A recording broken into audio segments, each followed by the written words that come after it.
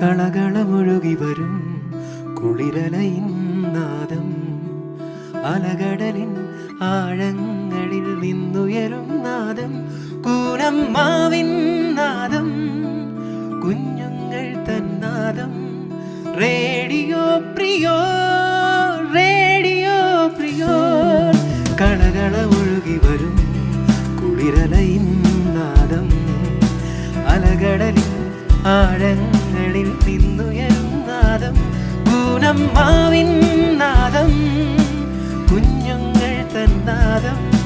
Radio Prior, radio Prior, radio Prior. Hello friends, radio പ്രിയോറിൻ്റെ പുതിയൊരു പ്രോഗ്രാമിലേക്ക് എല്ലാവർക്കും സ്വാഗതം. ഇന്ന് റേഡിയോ പ്രിയോർ അവതരിപ്പിക്കുന്നത് 8യിലെ ഗ്രീറ്റി ടീച്ചറും കുട്ടികളുമാണ്. ഇന്നത്തെ ഞങ്ങളുടെ കളിയും ചിരിയും കേൾക്കാൻ നിങ്ങൾ തയ്യാറല്ലേ? ഞാൻ ആരാധ്യ. ഞാൻ എലേന. Signing in. കൂനമ്മാവിൻ നാദം, കുഞ്ഞുങ്ങൾ തന്നാദം. Radio Prior, radio Prior, radio Prior. എടി, സെൻസസ് എടുക്കുന്നതിനായി ഇന്നലെ എൻ്റെ വീട്ടിൽ ഒരു ഇന്യൂമറേറ്റർ വന്നിരുന്നു. ഓൺലൈൻ ഡാറ്റ കളക്ഷൻ ചെയ്യാനായി അമ്മ എൻ്റെ കയ്യിലാണ് ഏൽപ്പിച്ചത്. നിൻ്റെ വീട്ടിൽ വന്നിരുന്നോ? എൻ്റെ വീട്ടിൽ വരുമായിരിക്കും. സെൻസസ് എന്തിനാണെന്നറിയാമോ? 10 വർഷം കൂടുമ്പോൾ ചെയ്യേണ്ട ജനസംഖ്യാ കണക്കെടുപ്പും അതിനനുസരിച്ച് രാജ്യത്തിൻ്റെ വികസന പദ്ധതികൾ ആവിഷ്കരിക്കാൻ കൂടിയാണ്. കൂടുതൽ വിവരങ്ങൾ ആൻഡ്രിയ നമ്മോട് പങ്കുവയ്ക്കും. കേട്ടാലോ? World Population Day is observed annually on July 11th. It is an initiative established by the United Nations to draw attention to other challenges and opportunities presented by our growing global population. In the early 90s, the world has a population of approximately 1.6 billion people. Today, the number has grown to more than 8 billion. While this remarkable growth reflects significant advancement in medicine, healthcare, and living standards, it also brings us to a critical crossroad. A larger population places immense pressure on our environment and natural resources. It increases competition for essential needs such as clean water, food, housing, education, and healthcare.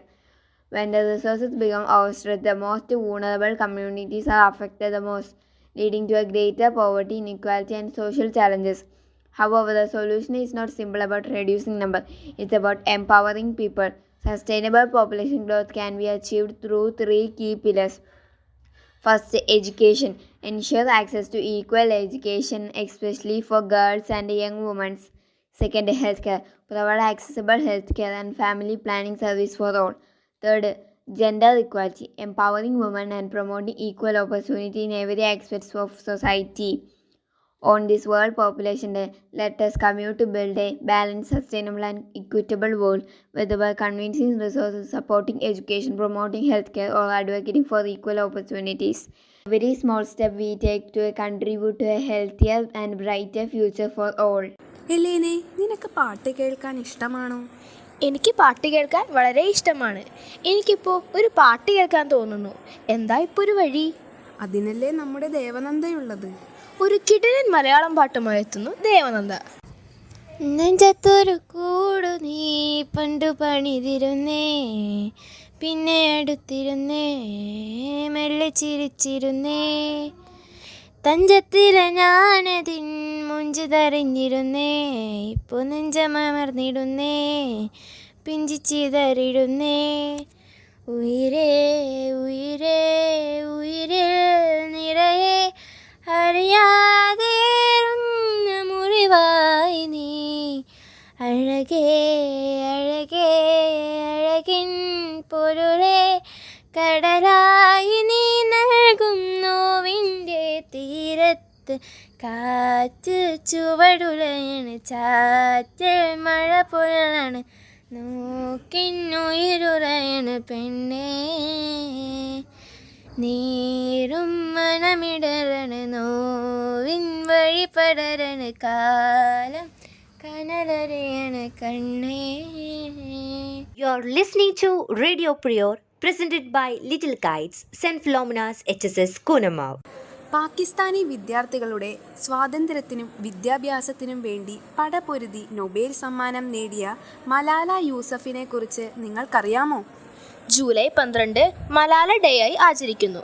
മലാലയെക്കുറിച്ച് കൂട്ടുകാർക്ക് അറിവ് നൽകുന്നു ഇവാഭിലാഷ്.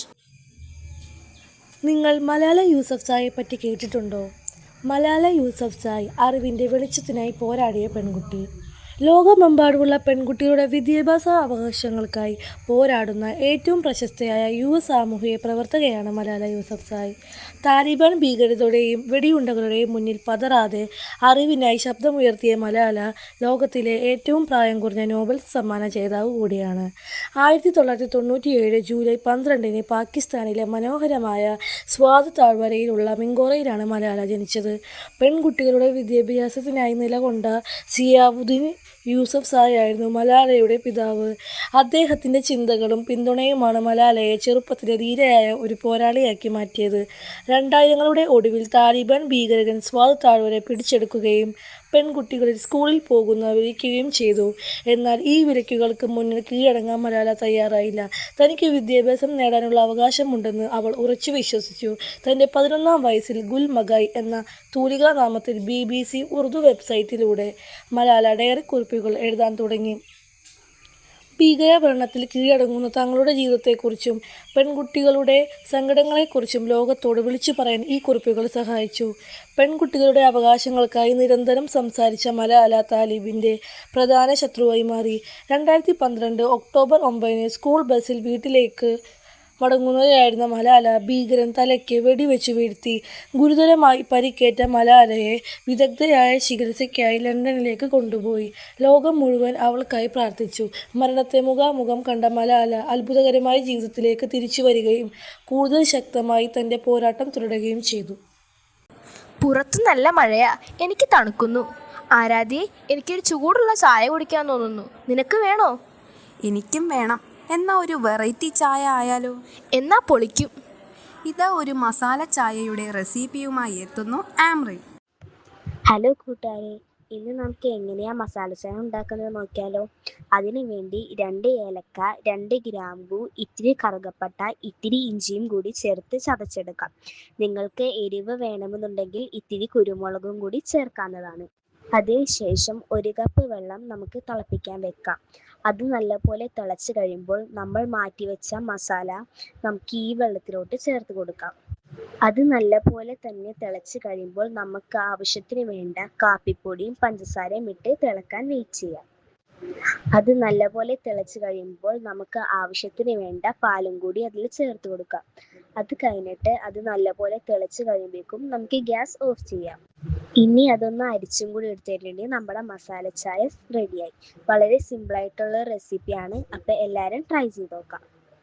പൂനമ്മാവിൻ നാദം, കുഞ്ഞുങ്ങൾ തൻ നാദം, radio Prior, radio Prior, radio prior.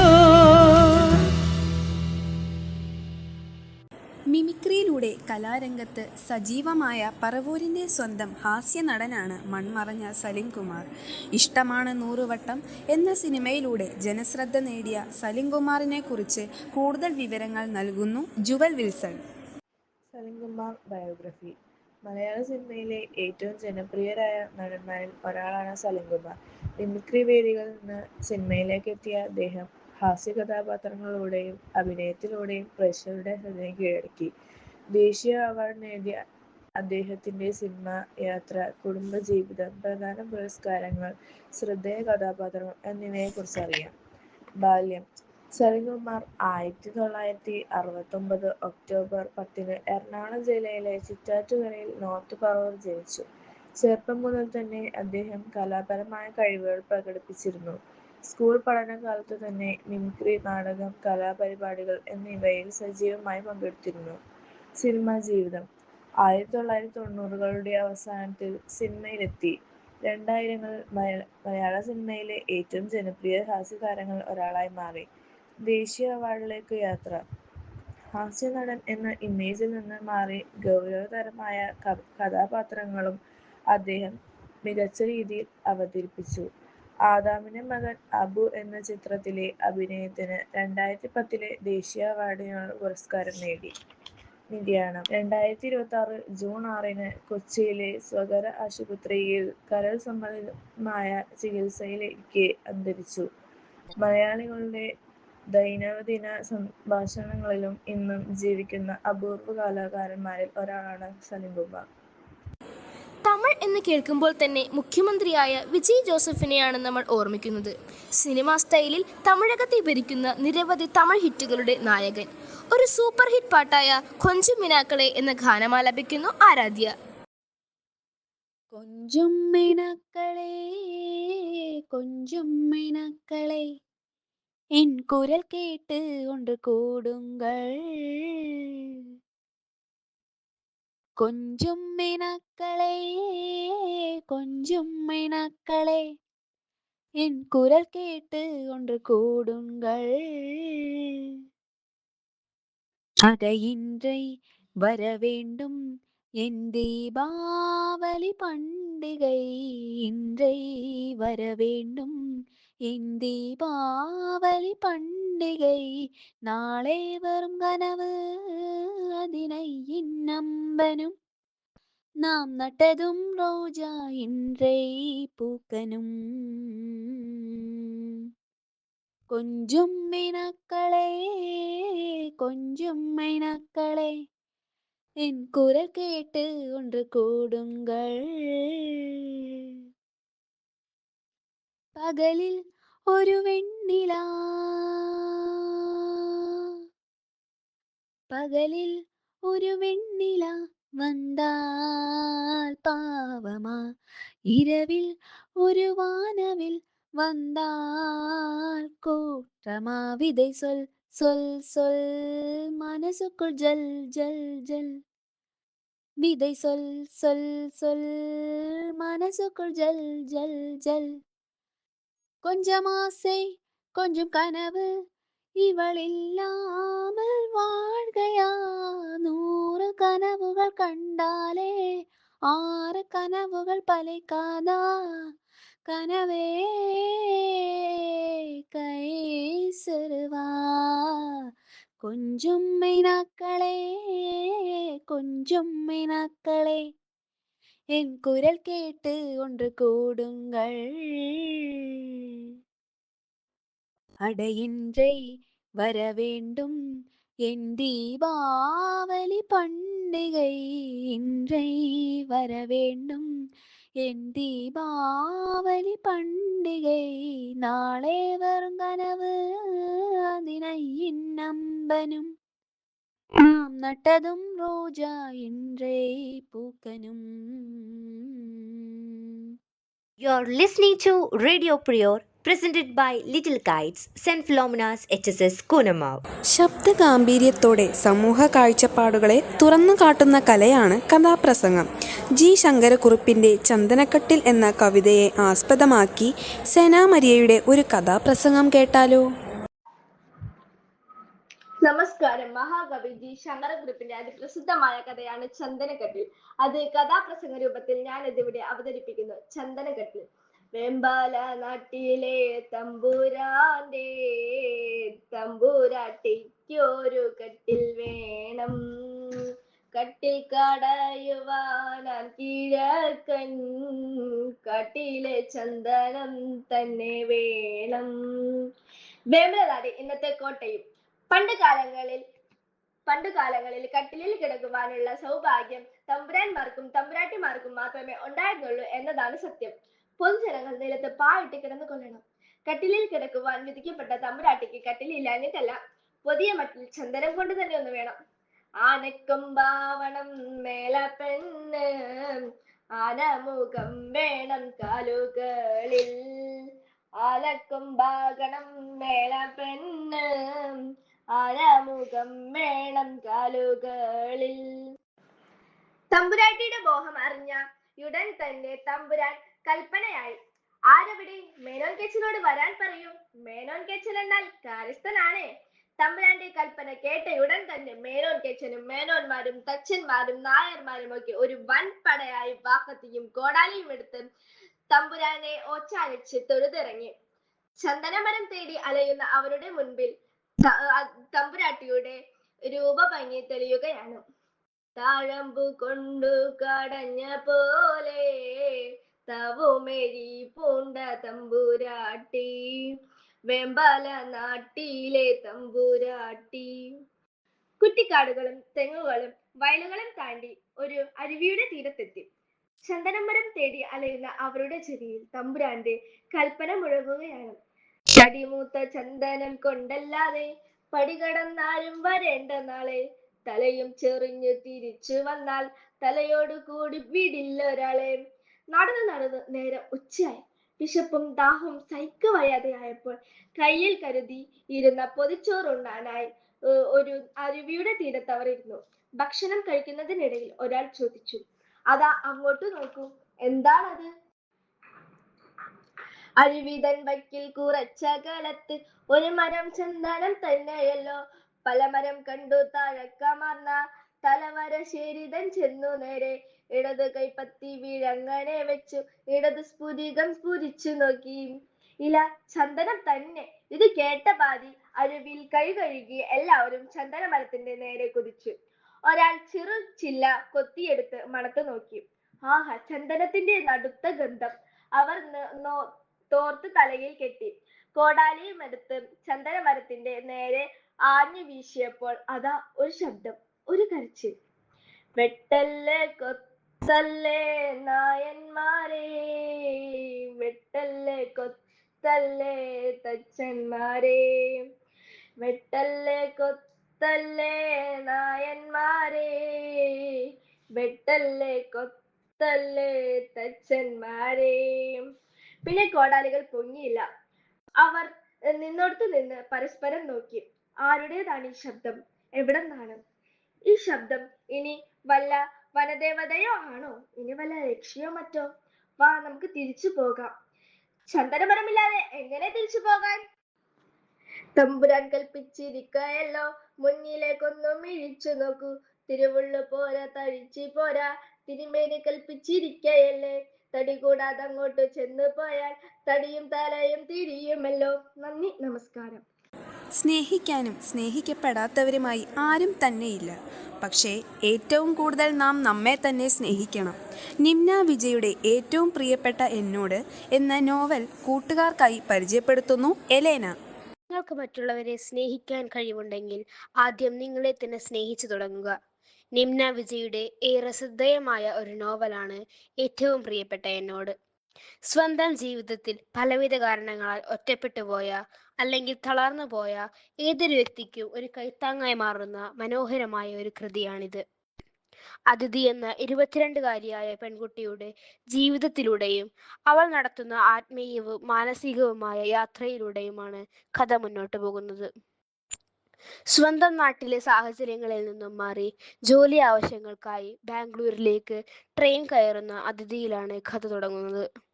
തുടക്കത്തിൽ സ്വന്തം സങ്കല്പ ലോകങ്ങളിൽ മാത്രം ഒതുങ്ങിക്കൂടാൻ ഇഷ്ടപ്പെട്ടിരുന്ന, കടുത്ത മാനസിക വിഷമങ്ങൾ അനുഭവിച്ചിരുന്ന ഒരു പെൺകുട്ടിയായിരുന്നു അവൾ. എന്നാൽ ബാംഗ്ലൂർ നഗരം അവളെ വരവേൽക്കുന്നത് പുതിയൊരു കൂട്ടം സുഹൃത്തുക്കളിലൂടെയാണ്. സാക്ഷി, അശ്വതി, ദേവിക, ആദി, ശക്തി തുടങ്ങിയ ഒരു പിടി നല്ല മനുഷ്യർ അവളുടെ ജീവിതത്തിലേക്ക് കടന്നു വരികയും അവൾക്ക് വലിയൊരു പിന്തുണയായി മാറുകയും ചെയ്യുന്നു. ഈ പുസ്തകം കേവലം ഒരു പ്രണയകഥ മാത്രമല്ല, മറിച്ച് സമൂഹത്തിൽ ഇന്നും പലരും തുറന്നു പറയാൻ മടിക്കുന്ന ഗൗരവമേറിയ ചില വിഷയങ്ങളാണ് ഇതിൽ ചർച്ച ചെയ്യുന്നത്. മാതാപിതാക്കളുടെ അമിതമായ നിയന്ത്രണങ്ങളും ഒതുക്കലുകളും ഒരു കുട്ടിയുടെ വളർച്ചയെയും ചിന്തകളെയും എങ്ങനെ ബാധിക്കുന്നുവെന്ന് ഇതിൽ വ്യക്തമാക്കുന്നു. കുട്ടിക്കാലത്തോ മുൻകാലങ്ങളിലോ നേരിടേണ്ടി വന്ന ലൈംഗിക അതിക്രമങ്ങളും മോശം അനുഭവങ്ങളും ഒരു വ്യക്തിയുടെ മനസ്സിൽ എത്രത്തോളം ആഴത്തിൽ മുറിവേൽപ്പിക്കുന്നുവെന്ന് കഥയിലൂടെ എഴുത്തുകാരി കാണിച്ചു തരുന്നു. അതിഥി തന്റെ ഡയറിയിൽ മഹാദേവ് എന്നൊരു സങ്കല്പ കഥാപാത്രത്തെ സൃഷ്ടിച്ച് അയാൾക്ക് കത്തുകൾ എഴുതുന്നത് പതിവായിരുന്നു. അങ്ങനെയിരിക്കെയാണ് അവളുടെ ജീവിതത്തിലേക്ക് ശരൺ എന്ന യുവാവ് കടന്നു വരുന്നത്. ശരണിന്റെ സാന്നിധ്യം അവളിൽ പുതിയ പ്രതീക്ഷകളും പ്രണയത്തിന്റെ മനോഹരമായ നിറങ്ങളും നിറയ്ക്കുന്നു. എന്നാൽ ആ സന്തോഷം അധികകാലം നീണ്ടു നിൽക്കുന്നില്ല. ശരണിന് അബുദാബിയിൽ വെച്ച് മറ്റൊരു യുവതിയുമായി വിവാഹ നിശ്ചയം കഴിഞ്ഞതാണെന്ന കൈപ്പേറിയ സത്യം അവൾ തിരിച്ചറിയുന്നു. തകർച്ചകളിൽ നിന്ന് തകർച്ചകളിലേക്ക് വീണുപോകുകയായിരുന്ന അതിഥി പക്ഷേ അവിടെ തളർന്നില്ല. ജീവിതത്തിൽ സന്തോഷം കണ്ടെത്തേണ്ടത് മറ്റുള്ളവരിലൂടെയോ മറ്റൊരു പങ്കാളിയിലൂടെയോ അല്ല, മറിച്ച് സ്വന്തം ആത്മാവിലൂടെയാണെന്ന് അവൾ തിരിച്ചറിയുന്നു. മറ്റുള്ളവരെ പ്രീതിപ്പെടുത്താനോ അവളുടെ ഇഷ്ടത്തിന് ജീവിക്കാനോ ഉള്ളതല്ല നമ്മുടെ ജീവിതം, മറിച്ച് നമ്മളെ തന്നെ സ്നേഹിക്കാനും ബഹുമാനിക്കാനും പഠിക്കുകയാണ് വേണ്ടതെന്ന വലിയൊരു സന്ദേശമാണ് നോവൽ നൽകുന്നത്. ഒടുവിൽ ഭൂതകാലത്തിന്റെ എല്ലാ സങ്കടങ്ങളും കണ്ണുനീരും ബാംഗ്ലൂർ നഗരത്തിൽ ഉപേക്ഷിച്ച് പുതിയൊരു തുടക്കത്തിനായി അവൾ കൊൽക്കത്തയിലേക്ക് യാത്രയാകുന്നതോടെ നോവൽ അവസാനിക്കുന്നു. തനിച്ചായിപ്പോയെന്ന് തോന്നുന്നവർക്കും ജീവിതത്തിൽ ഒരു മാറ്റം ആഗ്രഹിക്കുന്നവർക്കും തീർച്ചയായും വായിച്ചിരിക്കേണ്ട ഒരു മികച്ച പുസ്തകം തന്നെയാണ് ഏറ്റവും പ്രിയപ്പെട്ട എന്നോട്. അടുത്തതായി നമ്മുടെ വിദ്യാലയത്തിലെ ഈ ആഴ്ചയിലെ പ്രധാന വാർത്ത വായിക്കുന്നു ജ്യോതിക. പ്രധാന വാർത്തകൾ. ബഷീർ അനുസ്മരണം സെന്റ് ഫിലോമിനാസിൽ. ജൂലൈ 5 ബഷീർ അനുസ്മരണ ദിനത്തോടനുബന്ധിച്ച് സ്കൂൾ അസംബ്ലിയിൽ ബേപ്പൂർ സുൽത്താൻ വൈക്കം മുഹമ്മദ് ബഷീറിനെ പരിചയപ്പെടുത്തി. തുടർന്ന് ബഷീറിൻ്റെ മതിലുകൾ എന്ന നോവലിലെ കഥാസന്ദർഭ ശ്രവ്യാവതരണം സംഘടിപ്പിച്ചു. പകർച്ചവ്യാധി പ്രതിരോധ പ്രതിജ്ഞ. പകർച്ചവ്യാധി പ്രതിരോധ പ്രവർത്തനത്തിൻ്റെ ഭാഗമായി ജൂലൈ 5 കുട്ടികളെ കൊണ്ട് പ്രത്യേക പ്രതിജ്ഞ ചൊല്ലിപ്പിച്ചു. ഫസ്റ്റ് മിഡ് ടേം എക്സാം വ്യാഴാഴ്ച അവസാനിച്ചു. 2026-27 അധ്യയന വർഷത്തെ 5 മുതൽ 10 വരെയുള്ള ക്ലാസ്സുകളിലെ വിദ്യാർത്ഥികൾക്കായി ഫസ്റ്റ് മിഡ് ടേം എക്സാമിനേഷൻ 6-ാം തീയതി ആരംഭിച്ച് 9-ാം തീയതി അവസാനിച്ചു. Malala day celebration. Malala day സെലിബ്രേഷൻ്റെ ഭാഗമായി ഇംഗ്ലീഷ് വിഭാഗം വിവിധ മത്സരങ്ങൾ സംഘടിപ്പിക്കുന്നു. Subroto cup football. Subroto cup മത്സരത്തിനായി നമ്മുടെ വിദ്യാലയത്തിലെ സ്പോർട്സ് താരങ്ങൾക്ക് പരിശീലനം നൽകി വരുന്നു. Hockey, football, volleyball, taekwondo, boxing, karate എന്നിവയിൽ മികച്ച പ്രകടനം കാഴ്ചവെക്കാൻ നമ്മുടെ വിദ്യാലയത്തിലെ സ്പോർട്സ് വിദ്യാർത്ഥികൾക്കായി ദിവസം തോറും പരിശീലനം നൽകി വരുന്നു. വാർത്തകൾ കഴിഞ്ഞു. നന്ദി, നമസ്കാരം. സംസാരിച്ചു നിന്ന് സമയം പോയത് അറിഞ്ഞതേയില്ല, അല്ലേ ആരാധ്യേ? അതെ, നമ്മുടെ കൂട്ടുകാർ എത്ര ഭംഗിയായിട്ടാണ് റേഡിയോ പ്രിയോർ അവതരിപ്പിച്ചത്. നിങ്ങൾക്ക് ഞങ്ങളുടെ ഈ കൊച്ചു പ്രോഗ്രാം ഇഷ്ടപ്പെട്ടെന്ന് വിചാരിക്കുന്നു. അടുത്ത എപ്പിസോഡുമായി ഗ്രീറ്റി ടീച്ചറും 8യിലെ കുട്ടികളും വീണ്ടും വരും. അതുവരെ കാത്തിരിക്കുമോ? എന്നാൽ ഞങ്ങൾ ഈ എപ്പിസോഡ് നിർത്തട്ടെ. ഞാൻ ആരാധ്യ. ഞാൻ എലേന. Signing off.